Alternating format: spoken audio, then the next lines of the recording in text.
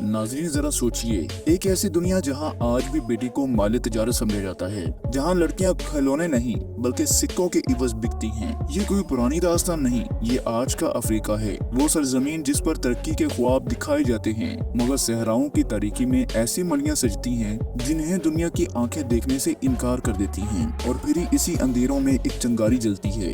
एक सिपाही खड़ा होता है जिसने कहा, बस बहुत हो चुका, अब ये बेटियां किसी के हाथों की बोली नहीं लगेंगी। ये कहानी है इब्राहिम ट्रोडे की, एक ऐसा लीडर जिसने सिर्फ तकरीर नहीं की बल्कि गोरियों के साए में लड़ने का हौसला दिखाया है। तो आइए वीडियो को स्टार्ट करते हैं। नाज़रीन, आज हम आपको एक ऐसी हकीकत से रोशनास करवाने जा रहे हैं जो शायद आपके तस्वुर से भी बाहर हो। एक ऐसा सच जो न सिर्फ दिल दहला देने वाला है बल्कि पूरी इंसानियत पर एक बदनुमा दाग भी है। जी हाँ, हम बात कर रहे हैं अफ्रीका के उन इलाकों की जहाँ आज भी औरत को माले तिजारत समझा जाता है, जहाँ लड़कियों को कैद किया जाता है, इन्हें जबरदस्ती खरीदा और बेचा जाता है और इनकी किस्मत का फैसला चंद सिक्के बरदार हाथों में होता है। ये कोई सदियों पुरानी दास्तान नहीं बल्कि आज का अफ्रीका है, जहाँ एक तरफ तरक्की के ख्वाब दिखाए जाते हैं मगर दूसरी तरफ दूर दराज सहराओं में ऐसी खुफिया मंडियां सजती हैं जिनका इल्म ना अक़वाम मुत्तहिदा को है ना ही दुनिया के बड़े बड़े मीडिया हाउसेस को।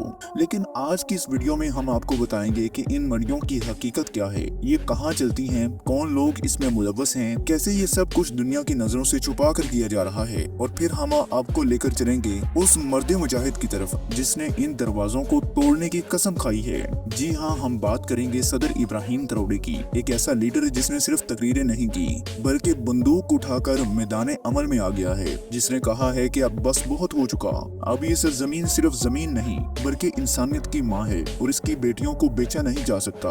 लेकिन वीडियो शुरू करने से पहले आप सबसे एक छोटी सी रिक्वेस्ट है कि इस वीडियो को आखिर तक जरूर देखिएगा।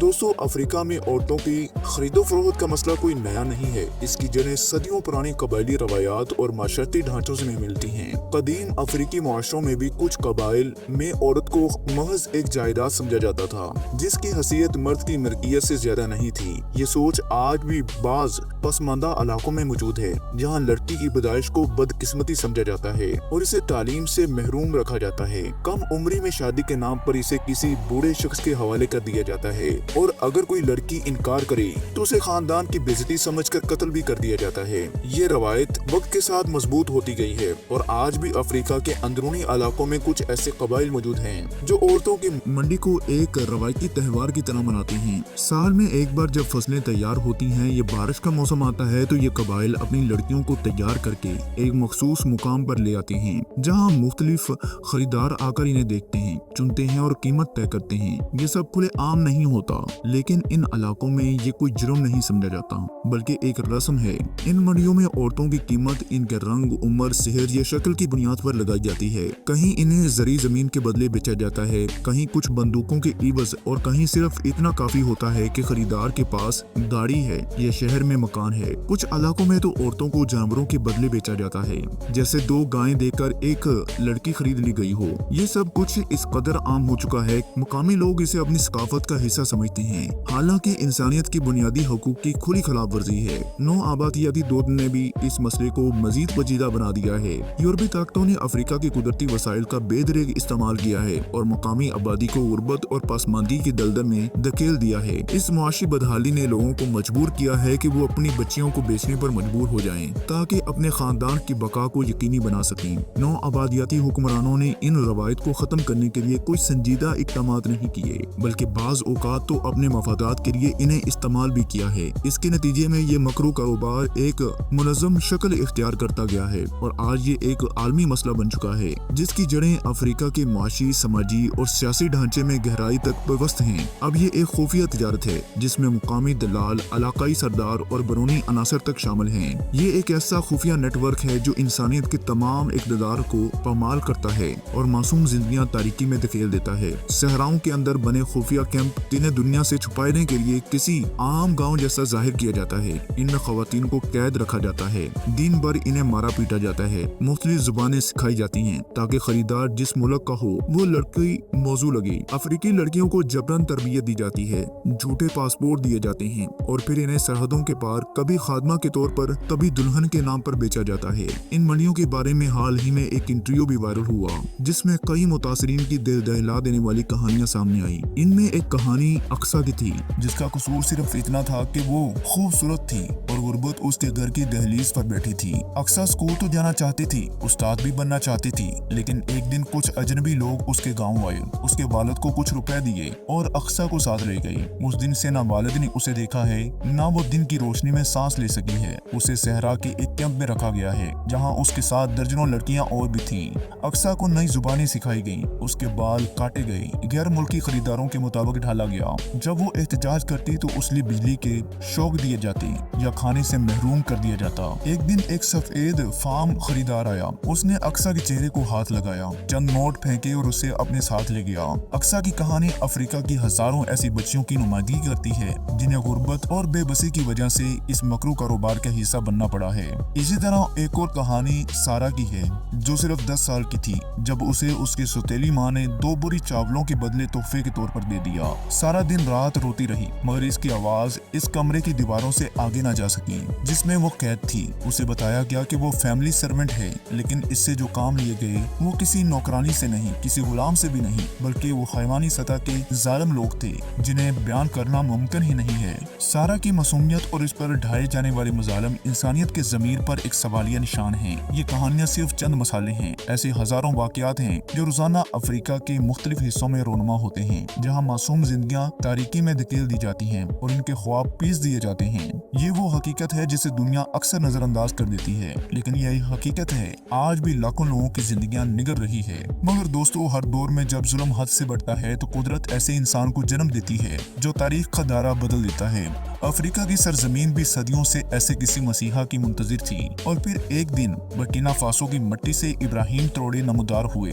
इब्राहिम ट्रोडे ने 14 मार्च 1988 को बर्किना फासो के शहर केराबोंदिकोवी में पैदा हुआ। वो एक आम फौजी अफसर था, ना कोई शाही पस मंजर, ना खानदानी इक्तदार, ना बैरूनी ताल्लुकात। इसके पास सिर्फ एक चीज थी, जमीर। ट्रोडे ने अपनी इब्तदाई तालीम बर्किना फासो में हासिल की और फिर फौजी एकेडमी में दाखिला लिया। अपनी काबिलियत और मेहनत से फौज में तेजी से तरक्की की और एक काबिल फौजी अफसर के तौर पर पहचाना जाने लगा। इसने मुल्क के अंदरूनी और बैरूनी सिक्योरिटी चैलेंजेस को करीब से देखा और समझा कि ये मसाइल किस तरह मुल्क को खोखला कर रहे हैं। इसे महसूस हुआ कि क़यादत नाकाम हो चुकी है और आवाम की हालत बद से बदतर हो रही है। इसके दिल में अपने मुल्क और मजलूम आवाम के लिए गहरा दर्द था और यही दर्द उसके अज़म की बुनियाद बना। जब इक़्तिदार के अवानों में खामोशी छाई थी, जब दुनिया की तंजीमें तस्वीरों पर बयानात जारी करके खामोश हो जाती थी, उस वक्त ट्रोडे ने मैदान में उतरने का फैसला किया। उसने वर्दी पहनी और अपनी फौज को हुक्म दिया कि सिर्फ दुश्मन के खिलाफ कार्रवाई की जाए। जब उसने पहली बार इन कैंपों की खुफिया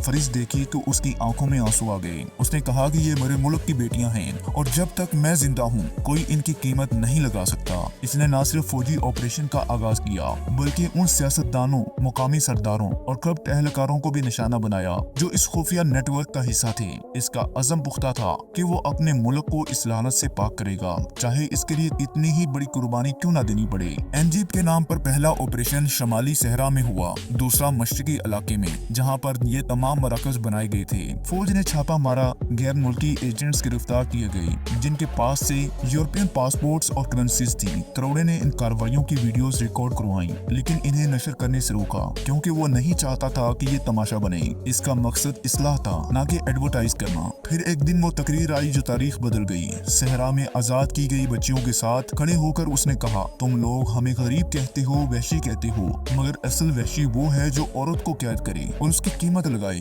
ये बच्चियां मेरी बेटियां हैं, जब तक मैं जिंदा हूँ कोई इन्हें नहीं बेच सकता। न मगरब से मदद मांगी गई, न मशरक से। हम खुद अपनी माओ और बहनों को आजाद करेंगे। ये जुमले पूरी दुनिया में गूंज गई। नाज़रीन, इब्राहिम ट्रोडे सिर्फ एक सदर नहीं बल्कि एक नजरिया है, एक तहरीक है और एक उम्मीद है। यह कहानी हमें याद दिलाती है कि इंसानियत की जंग अभी खत्म नहीं हुई, मगर जब तक ट्रोडे जैसे लोग मौजूद हैं तब तक उम्मीद की किरण हमेशा रोशन रहेगी। नाज़रीन, ये बात याद रखें कि दुनिया की असल ताकत वही कौमें बनती हैं जो अपनी तकदीर खुद लिखती हैं और दूसरों के फैसलों पर इन्हिसार नहीं करती। आज अगर पाकिस्तान और इब्राहिम ट्रोडे जैसे लीडर एक दूसरे के करीब आ रहे हैं तो ये महज सियासी इत्तेफाक नहीं बल्कि वक्त की पुकार है। गुलामी की जंजीरें तोड़ने की पुकार, अपने वसाइल पर हक वापस लेने की पुकार और एक ऐसे मुस्तकबिल की पुकार जहां अफ्रीका और एशिया फिर से दुनिया की क़यादत कर सकें। सवाल ये है कि क्या हम इस मौके को पहचान पाएंगे या हमेशा की तरह तारीख के दरवाजे पर दस्तक देकर वापस चले जाएंगे। अगर आप समझते हैं कि ये नया इत्तेहाद एक नए दौर का आगाज है है तो इस वीडियो को अभी से लाइक कर दें। नाजरीन, एक बात तो तय है,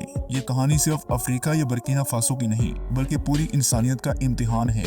औरतों की आज़ादी, इज्जत और वकार वो बुनियाद है जिस पर मुहज़्ज़ब मुआशरे की इमारत खड़ी होती है। इब्राहिम ट्रोरे ने हमें ये सच दिखाया है कि अगर नीयत साफ हो और हौसले बुलंद हों, सबसे ज्यादा मजबूत जंजीरें भी टूट सकती हैं। कहते हैं ना कि गुलामी में ना काम आती हैं जंजीरें ना तदबीरें, हो जो ज़ोक़े यकीन पैदा तो कट जाती हैं जंजीरें। आज वक्त हम सबसे यही सवाल पूछ रहा है, क्या हम भी अपनी खामोशी को तोड़ेंगे या फिर तारीख एक बार फिर हमें गुलामी की तारीकी में छोड़ जाएगी? ये फैसला हम सबको